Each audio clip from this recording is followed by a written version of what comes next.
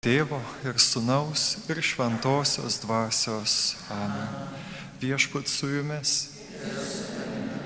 Kartu su Marijos radijo dabar klausytojais apkabinkim maldą bažnyčią, pasaulį, visų šventųjų iškilmes išvakarėse.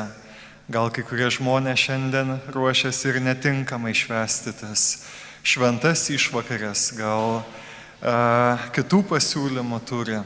Bet tegul šiandien Dievo malonė paliečia tas širdis, kažkaip pakeičia tas mintis, pakeičia tuos kelius. Ir melskime Dievo apsaugos, kad visi žmonės nenusigręžtų nuo tiesos, bet kasdien su džiaugsmu rinktųsi tiesoje tarnauti vienas kitam. Tegul atgailos malda paruošia mūsų širdis tiek klausytis Dievo žodžio, tiek valgyti Kristaus kūną ir kraują, patį Dievą, maitintis pačiu Dievu. Viešpats su jumis. Iš Šventosios Evangelijos pagal Luką.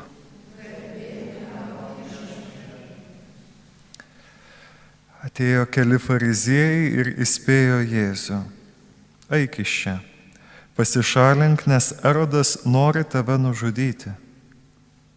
Jis atsakė jiems: keliaukite ir pasakykite tam lapei: štai aš išvarinėju demonus ir gydau šiandien, tai darysiu ir rytoj, o trečią dieną būsiu visą atlikęs.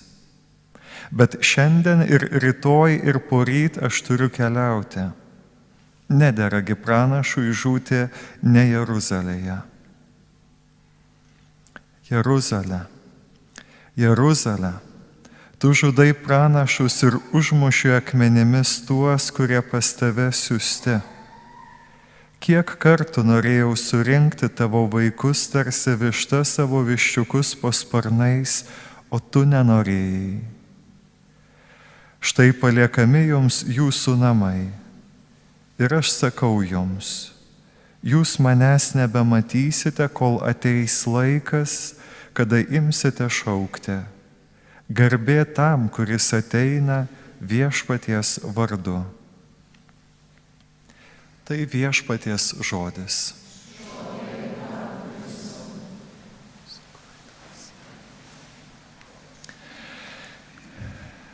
Mes visą savaitę, jeigu pastebit, klausomės apaštalo Pauliaus laiško Efeziečiams.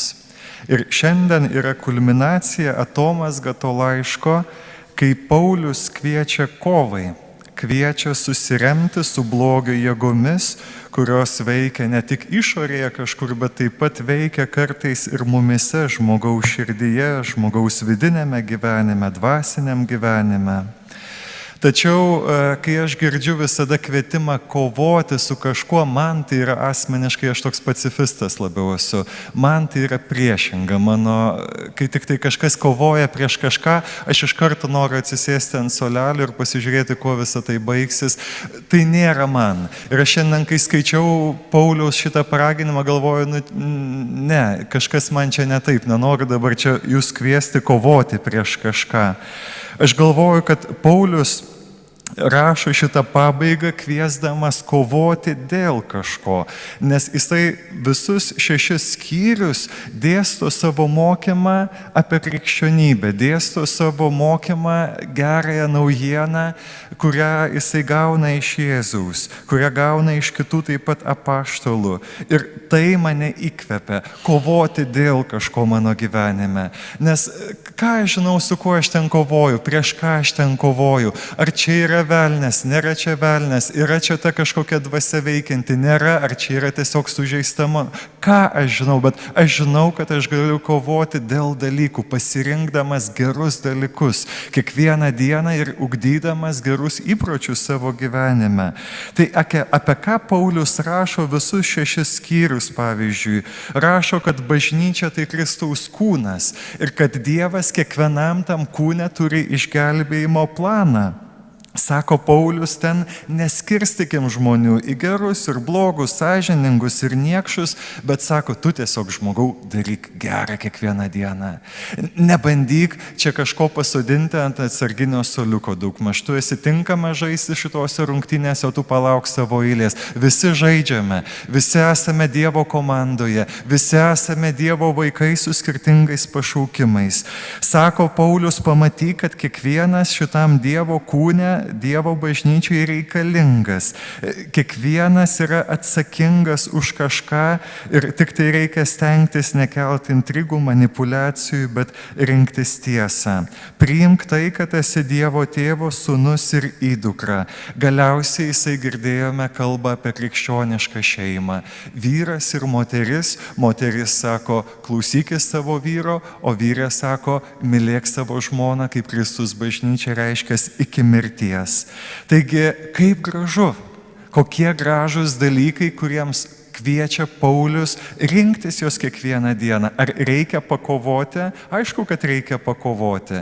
Nes aš norėčiau vienas eiti, norėčiau, kad kitų nebūtų, kiti trukdo man gyvenime. Norėčiau gal ne vieną žmoną ir ne vieną vyrą turėti, bent jau savaitgalių karts nuo karto arba per atostogas. Kiekvieną dieną reikia apsispręsti už tą tiesą, kurios mokina mus apaštalas Paulius, gaudamas tai iš Jėzaus. Taigi iššūkių netrūksta. Mūsų išganimo priešas kartais nori mus suklaidinti ir verčia mus kovoti prieš vėjo malūnus. Tai aš šiandien jūsų apaštalų Pauliumi kviečiu nekovoti prieš vėjo malūnus, negalvoti, čia veikia dabar piktasis, neveikia čia dabar piktasis mano gyvenime. Rinkis gėrį, rinkis tiesą, kovok dėl to, kad tavo gyvenime būtų daugiau šviesos, daugiau dvasios, daugiau teisumo, daugiau meilės ir tikrai nesuklysi.